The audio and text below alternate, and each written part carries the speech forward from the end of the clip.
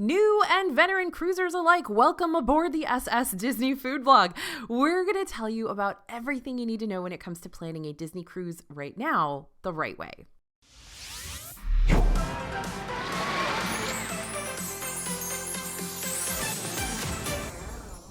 Hey everybody, it's AJ for Disney Food Vlog, and I've been in major cruise mode lately. Across Disney's 5 different cruise ships, there's so much to see and do, but today's video will help you figure out how to prepare, what to expect, and which activities you need to prioritize while on board, no matter which ship you're planning to sail away on.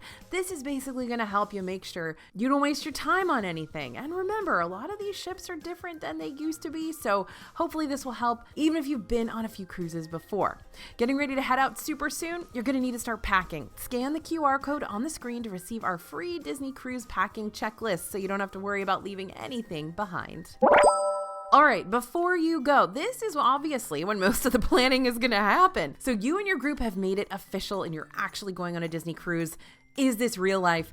Yes, it is. The great thing about taking a Disney cruise versus visiting the parks is that automatically you're going to be in for a much more relaxing vacation experience. But that doesn't mean you're just going to show up on the day your ship leaves and call it good. There are a few extra steps you're going to need to take care of even months before you set sail. This is going to make sure that your cruise is as smooth and carefree as possible. Step 1, book early. First and foremost, let's get one of the most important bits of advice out of the way here. The earlier you can book your stateroom, the better off you're gonna be. Here's why. There are a few different stateroom options you're gonna have to choose from. Those inside staterooms, those are the cheapest and won't give you a look out at the sea.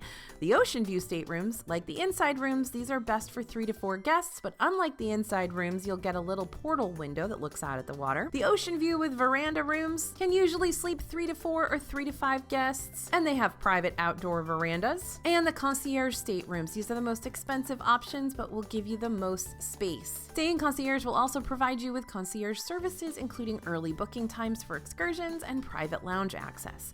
If you're wanting concierge benefits, but you don't want to pay suite prices, each ship also has a few concierge family ocean view staterooms available too. Still pretty expensive, but not as expensive as the suites. So to sum things up, the earlier you book, the more likely you're going to be able to select the specific stateroom you want without having to choose from whatever's left over, because you can literally choose the actual room you're going to stay in, which is very, very cool. But again, the best ones are going to sell out the fastest.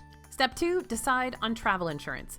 When you get ready to seal the deal, you're also going to need to decide whether you want to invest in travel insurance coverage or not. Disney has their own travel insurance packages for the Disney Cruise Line. But if your current health insurance already covers medical emergencies on board, if you're keeping a hold of your luggage the entire time, not having it delivered on and off the ship, or simply put, you don't want to spend any extra money on top of what you're already paying for your trip and are willing to take the risks head on, then you may not need travel insurance at all. It's always good to do your own research though, or ask your travel agent about what might be the best for your getaway. Our travel agent friends at Small World Vacations can give you the nitty-gritty and help you decide if Disney Cruise Line travel insurance is worth it for your cruise or not, while also helping you plan out the rest of your Disney cruise for free. I will link their info down in the description for you. Step 3, pay off your trip. When you book your cruise, you'll be able to pay it off through what Disney refers to as a flexible payment plan. That being said, I'd plan to pay off your cruise as soon as you can. Why? Because you're not going to be able to book any extra on-cruise activities like the adults-only dining, certain meet and greet opportunities, the nursery, or other special events until you've made your final payment. This is especially important to remember if you're traveling in concierge, since you'll be able to book activities even earlier than everyone else. If you're wanting to book those extras, stay tuned for that booking email that Disney will drop in your inbox, and make sure you send your requests at midnight the day bookings open for concierge. After all, if you're staying in concierge or you're a platinum or pearl member of the Castaway Club, meaning you've sailed 10 to 25 times with Disney Cruise Line before, congratulations, then this early booking access will be one of the only ways you can get a private cabana on Castaway Key if you want one, because those get snatched up real quick, like faster than Cinderella's Royal Table in Disney World quick. Aside from concierge privileges, when you get to book your extra cruise activities all depends on your Castaway Club member status. The more cruises you've been on, the earlier you get to book all the extra fun stuff. New cruisers will be able to start booking these extra activities 30 days out. And that includes your port excursions and things on the ship, like I said before, the Palo and Remy, adults only dining, the nurseries, all of that stuff. Step 4, check into your stateroom. For new cruisers and seasoned pros, make sure to check into your stateroom as soon as you can. The earlier you can check in, which for new cruisers will still be 30 days out right at midnight, the earlier you'll be able to board the ship. And the earlier you board, the more time you get to spend on board, which means you can have your first all-inclusive lunch and ride the water slides with little to no lines, starting off strong. Now, checking in can be kind of a hassle because you're going to have everybody's passports. You're going to have to make sure you get all that stuff in. You check all the boxes, cross all the T's, dot all the I's. So give yourself a good hour or so to make sure you can get checked in and you don't have to worry about anything. Also, you're going to have headshots of everybody, which you can just take with your phone. That's fine. But make sure you've got everybody present. And if you're traveling with people who aren't with you in your house, then make sure they know that you're going to need that from them to check them in. Step 5, decide on your cell service. Okay, just a heads up. The Wi-Fi on board these ships is not your typical Wi-Fi. The only thing the complimentary Wi-Fi service will let you do is access your Disney Cruise Line Navigator app, which is basically the cruise equivalent of Disney World's My Disney Experience app, meaning you're going to hear me talking about it a lot today since that little app will become your best friend. Now, if you don't want to lose access to the outside world while you're riding across the seas, then you'll need to determine if you'd like to get an international plan or a cruise plan on your cell phone. Now, stay alert because if you end up going out on the seas and your phone is basically roaming a whole bunch looking for a signal, it can cost you a ton of money. So I use the AT&T international plan that automatically notices if I go out of the country and costs me just $10 per day to have my same data plan. It's much better than paying those roaming charges and suddenly having a $100 plus bill when you get home. I think I had a $400 bill on one of my cruises at one point. It's also easier than finding an internet cafe at every port. Or if you're in desperate need of an internet detox, then just put your phone in your pocket for the next few days and rely on it solely for pictures and Navigator app info. Make sure that your phone is on airplane mode though, y'all. That is very, very, very important if you don't want to pay those roaming charges. Step 6, pre-order extra goodies.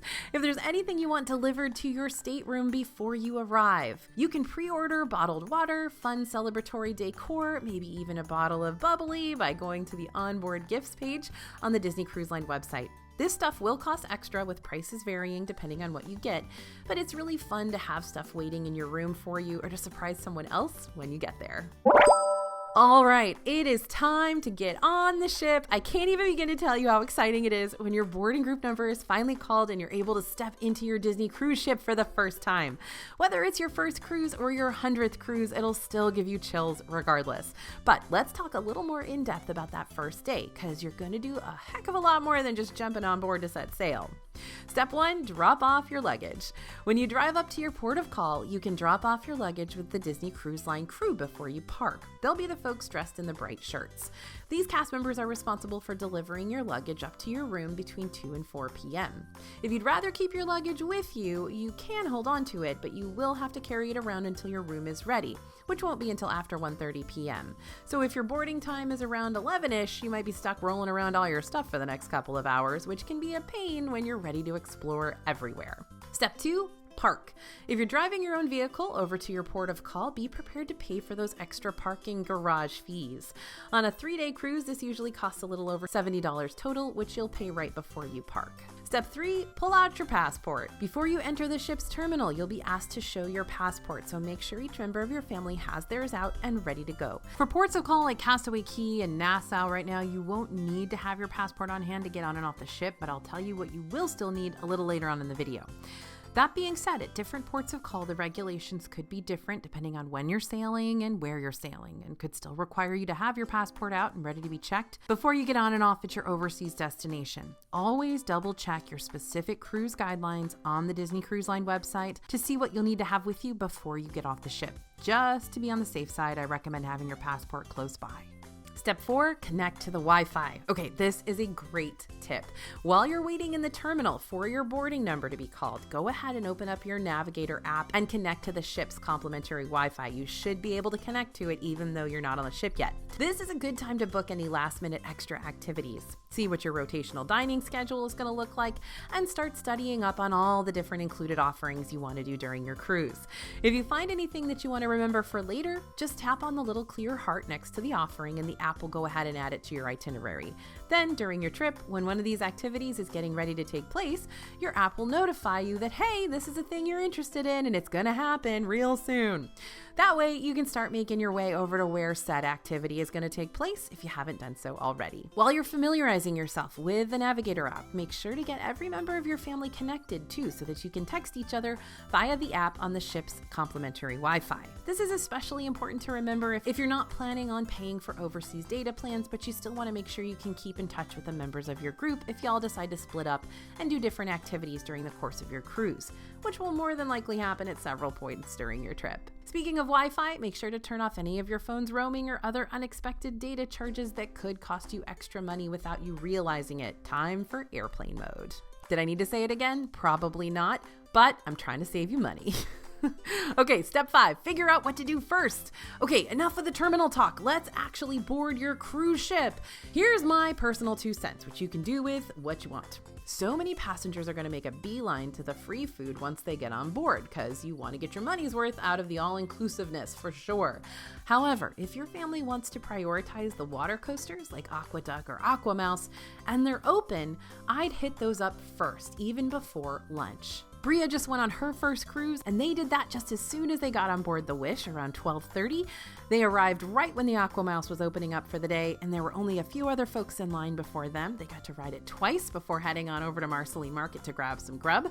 But later on throughout the cruise, that line got as high as 30 plus minutes during the day, which is definitely not worth the wait if you can avoid it since the ride is pretty short as is. Step 6, talk to guest services if needed. Okay, before the ship sets sail and you're taking time just exploring the layout of things, maybe you're not in your room yet, this is also a good time to head to guest services and change any dining issues you might see popping up on your Navigator app. Like if you want a different dining rotation lineup or you want to see if the adults-only dining offerings have any last-minute reservations that you weren't seeing online. That guest services line can get lengthy, but if you've got an earlier boarding time, you can skip over when those lines get to be their longest. I always like to check and see what my rotational dining schedule is, and if I happen to have Palo or Remy booked on a night that's a restaurant I really want to go to, I will try to either change the Palo and Remy reservation or change the rotational dining if available. I'm not going to pressure anybody to get that changed, but if available, because say if I really wanted to go to Arundel for dinner and I happen to book a Palo on the night that I'm scheduled for Arundel, I might want to change that around so that I can be sure to get to Arundel and Palo. Okay, now it's time to get to know your cruise room. Time to meet your home away from home. Like I mentioned earlier, your room should be ready around 1:30. You'll be able to find your stateroom key cards for every member of your group above your stateroom number in your door. If you have a stateroom with a veranda that sleeps up to 5 people, you'll have a bed, a fold-out couch, that sleeper sofa for 1, a Murphy bed that pulls out of the wall, and a bed that drops down from the ceiling directly above the fold-out couch. If you get 2 connecting rooms for your group that both have verandas, you can actually push in the connector between the verandas and walk between both sides of this outdoor space for even more room. The Murphy bed and ceiling bed will not be open when you first arrive, so don't freak out. Your stateroom host, your steward, aka one of the cast members assigned to freshen up your room, will come unlock these beds for you when you're at dinner, but we'll fold them back up again if you want them to when you head to breakfast each morning. You can ask your host to leave the beds down for the duration of your trip if you like, but that will severely limit the room in your cabin, just a heads up. One big word of warning for you, the hallways to your room can be a maze. Believe me, it's real easy to get turned around, but if you need a little helping hand to point you in the right direction, just look down. No, seriously, the hallway carpets will be your guide. On the older ships, like Disney's Magic, Dream, Fantasy, and Wonder, the stars in the carpets will point you in the right direction. If the stars are right side up, you're going forward. If they're upside down, you're walking toward aft. For the Disney Wish, the carpet navigation is a little different. Instead of looking for a symbol, search those hidden Mickeys. If you're looking at it head on, you're heading forward, and if the little ears are upside down to you, then you're heading aft. Now, speaking of your stateroom host or your steward, make sure you get to know them during your stay. It's their job to make sure you have everything you need throughout the cruise, while also making sure your stateroom is nice and tidy. It's okay to ask your host to accommodate you if you need to nap, and if you need more of something brought to your room, or if you'd like your room freshened up while you're away. Just let them know what you need specifically when you see them in the morning. All right, it's time to eat. Food is such a major part of the whole Disney Cruise Line experience, which is probably why I'm such a big fan. So let me break down what you can expect while dining aboard any of the Disney ships. Okay, breakfast and lunch. Your ship will have one major food hall with a variety of food stations where you can pick up whatever you want and however much you want. If you're aboard the Disney Wish, that's Marceline Market. But if you're aboard any of the other 4 ships, it's Cabanas. You can have breakfast in these food halls until 10:45, but after that, they will switch over to lunch offerings between 11 and 2. Breakfast will be extremely busy on port days right before you're allowed off the ship, and that's mainly because port restaurants that aren't Castaway Key won't be part of your all-inclusive dining. If you're looking for lighter crowds in the morning, consider eating at one of the other open dining rooms instead, whatever other breakfast and lunch are being served that day. For the Disney Dream, you can go to either Royal Palace or Enchanted Garden. For Disney Fantasy, head to Royal Court or Enchanted Garden. On the Magic, Lumiere's is the place to go, and on the Wonder, it's Triton's. And on Disney Wish, you can head to 1923. If you miss out on when lunch is being served, you can still grab a later lunch at the pool quick service locations, which provide a variety of standard options like pizza, burgers, hot dogs, those amazing chicken tenders, etc. Oh, and ice cream. Don't forget the unlimited ice cream. On the first day of your cruise, you'll more than likely have a standard chocolate and vanilla to choose from, but keep checking back for specialty flavors that could be added later on, like strawberry, mango, banana, and blueberry. You know what else is included in the price of your stateroom? Room service. That's right. Room service is available 24 hours a day, meaning you can have breakfast, lunch, and late night snacks sent up to your stateroom whenever you'd like. Just pick up the phone inside your stateroom and dial the room service button. It's that easy. All room service offerings are listed on the Navigator app, so you can figure out what you want to order before you call. Room service is available until 1:30 a.m. on the final day of your cruise. So if you're wanting a quick breakfast before you debark that morning, room service isn't going to be able to help you out there. This is something I have learned painfully, since they're going to be getting ready for their next round of guests to board. And now for the creme de la creme of your Disney Cruise Line dining experience, dinner is served. While you're booking your cruise, you'll be asked to choose a preferred dining time for dinner at 5:45 or 8:15. While Disney usually accommodates your request, there are occasions where you might get slotted into a dining time you don't want. If this happens, you can always call ahead and get put on a wait list for the other dining time slot, or you can try to get your dining time changed over at guest services the day you board the ship before it starts sailing away. There's also a link on the DCL website in your My Reservations section to request a seating change as well. When you're all cleared to start booking those extra cruise line activities, you'll also be able to start making reservations for premium adults-only dining opportunities if you want to get all fancy. Just know that these meals will cost you extra and will also replace one of your all-included dinner options. Not saying that's not worth the sacrifice, especially if eating really good food is a big part of the vacation for you, but good food or not, it's still sacrificing one of your free meals. Now, when I say sacrificing, I don't really mean it. You can go to 2 dinners if you want to. I do that all the time when I'm cruising so that I get the opportunity to eat at every single restaurant on the ship. So I will book a premium dining experience like a Palo or a Remy or Enchanté or whatever for time about 2 hours away from when my regular dining time is, so I can eat at both meals.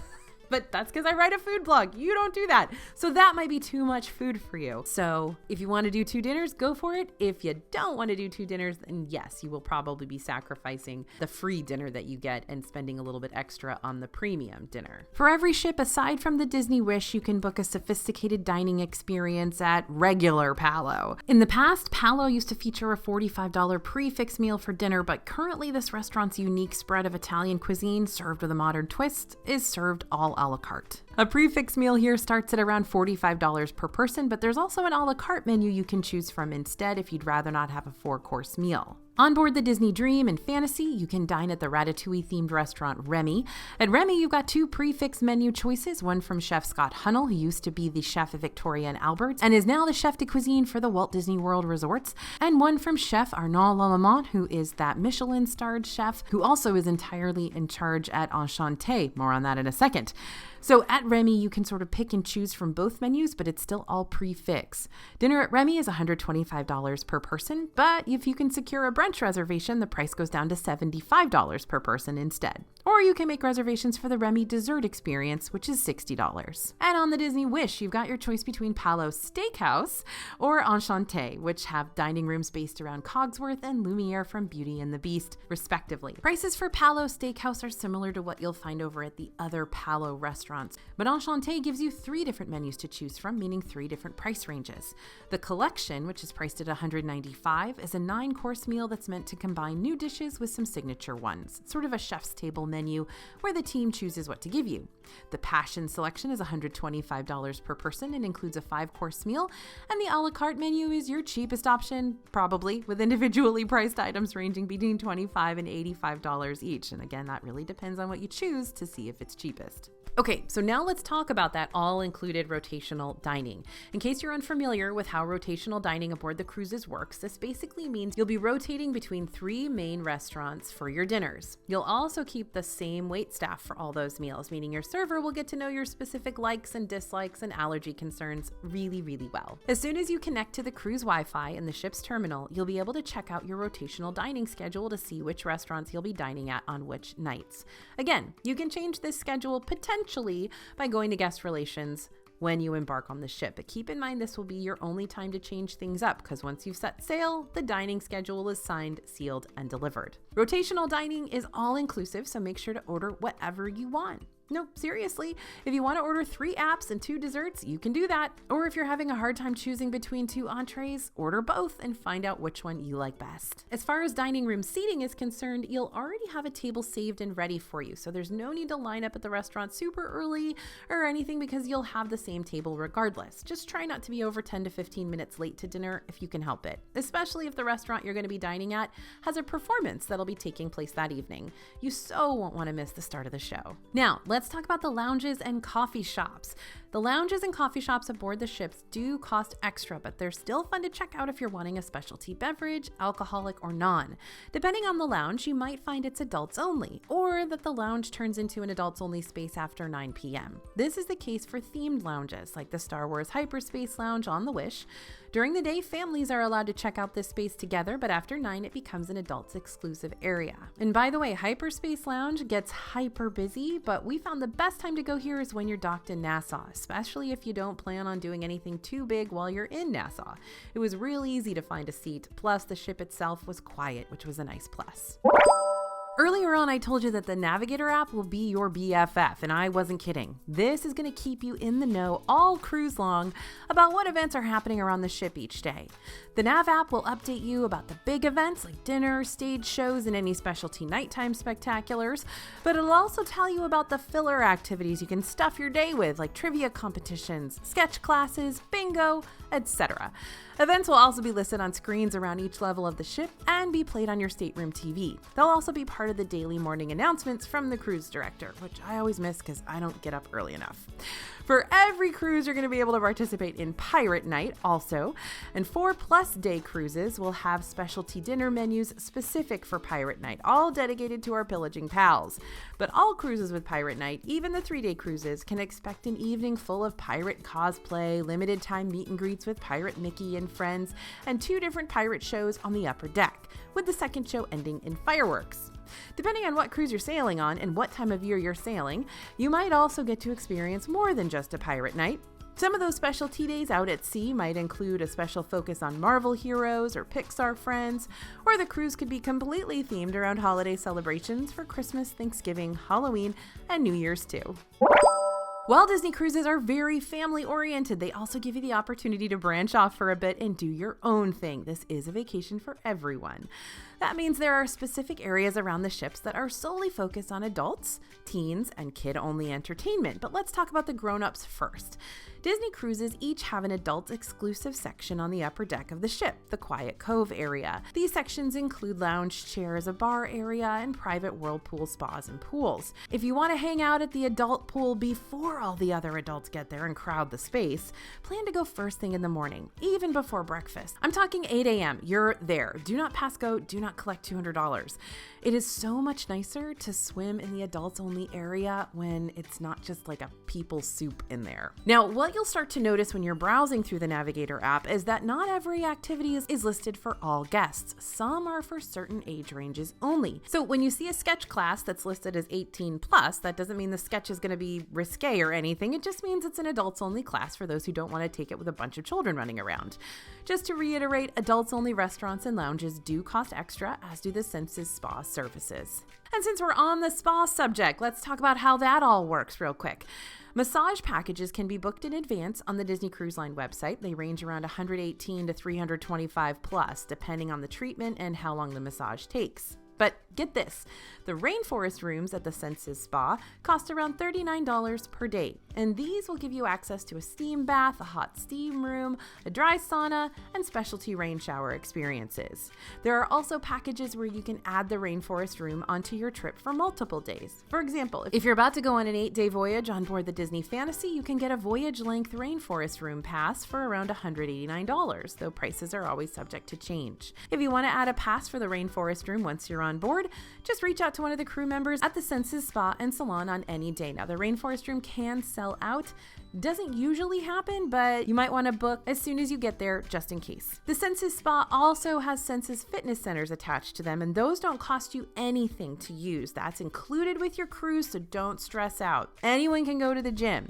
There are a ton of different machines, from treadmills to weights, even cycling rooms, so if you don't want your cruise to interrupt your workout regimen, here's your solution. All right, kids, it's your turn. All the cruise ships provide youth and teen clubs to keep the kids entertained throughout the cruise, which you're going to be super thankful for, especially if you're a parent wanting to book a massage package. If you've got a little one between the ages of 6 months to 3 years, you can drop them off at the It's a Small World nursery, where they'll be doted on thanks to the professionally trained nursery crew members on board. Now, the nursery is different than the regular kids and teens clubs because there is a per hour charge. You'll also need to book your kiddo spot in the nursery while you're booking your other activities before your trip.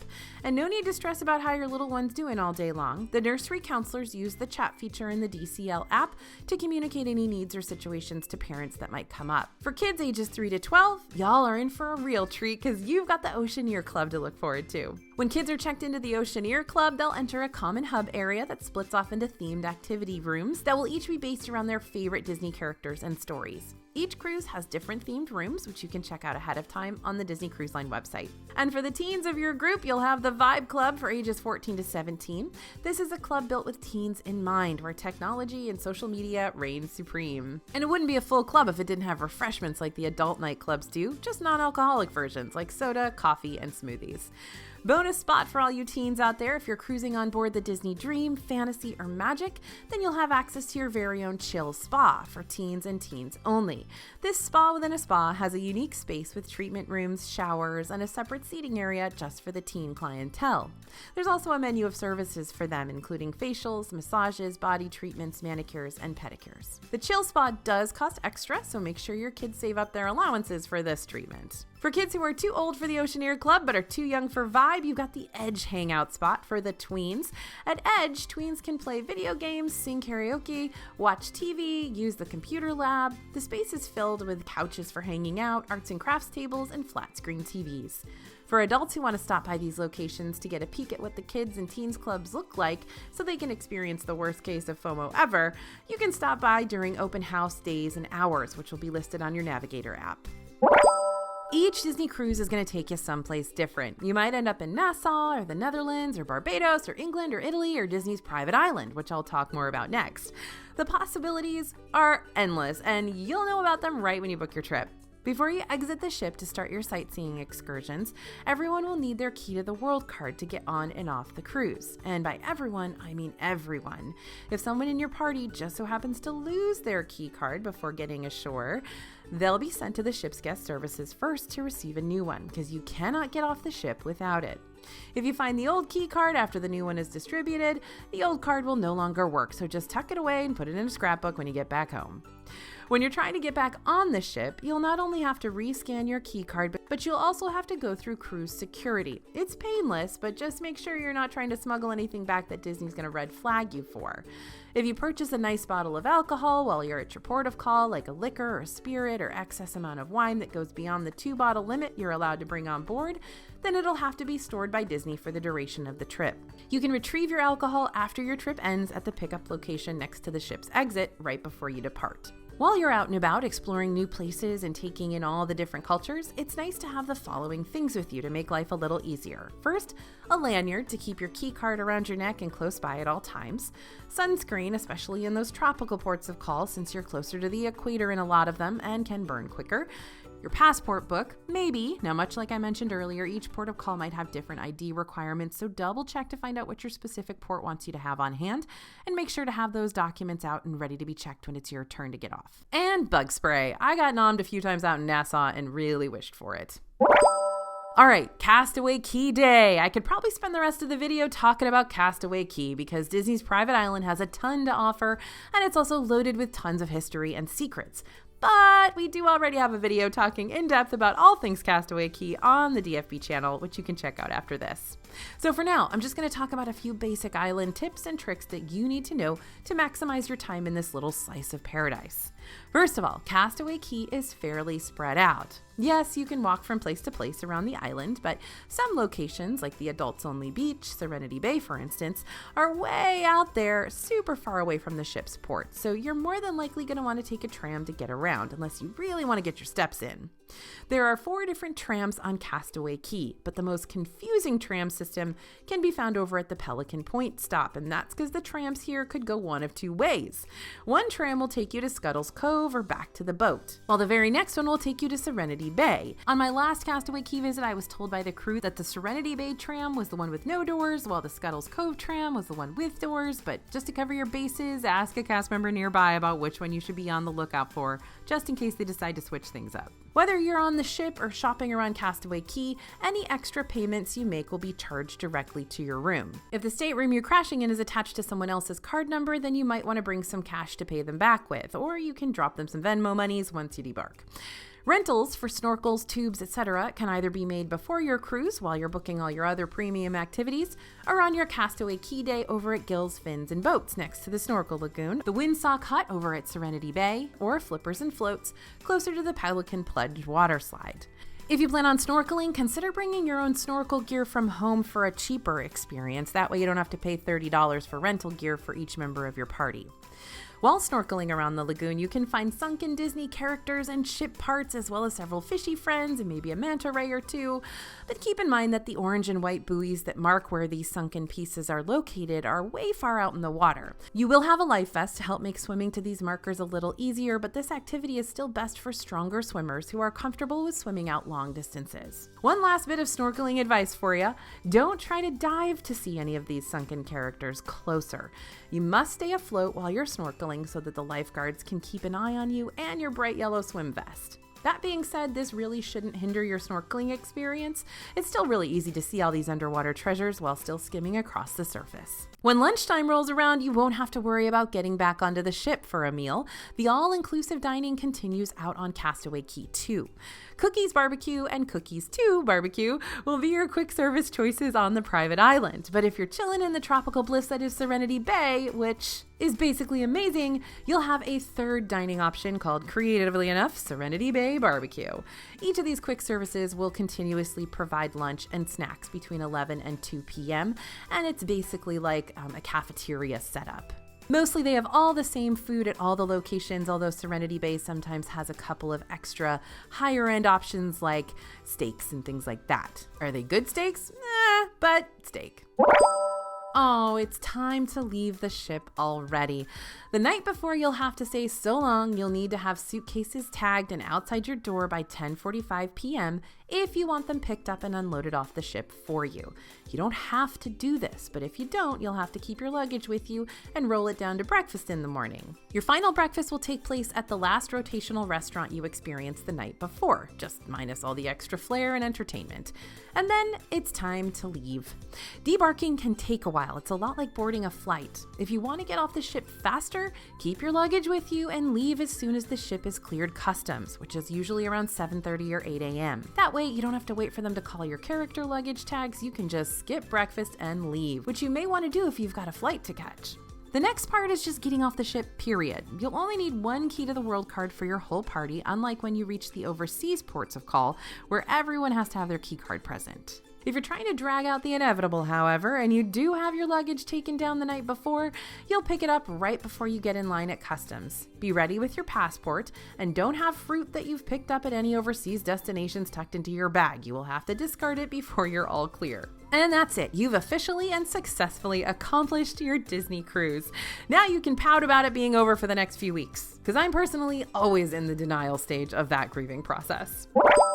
Disney cruises are a fun and unique alternative to the Disney parks, and we're going to continue whipping out new cruise info for you so you can be ready for whatever ship you decide to set sail on. Thanks for sailing the 7 seas with us today, and don't forget to pick up our totally free Disney cruise packing checklist from today's QR code. Go ahead and pause the video here if you need to go get your phone. Thanks for listening, everyone, and thanks for watching. I love talking about Disney cruises. As always, this is AJ for Disney Food Blog, and we'll see you real soon.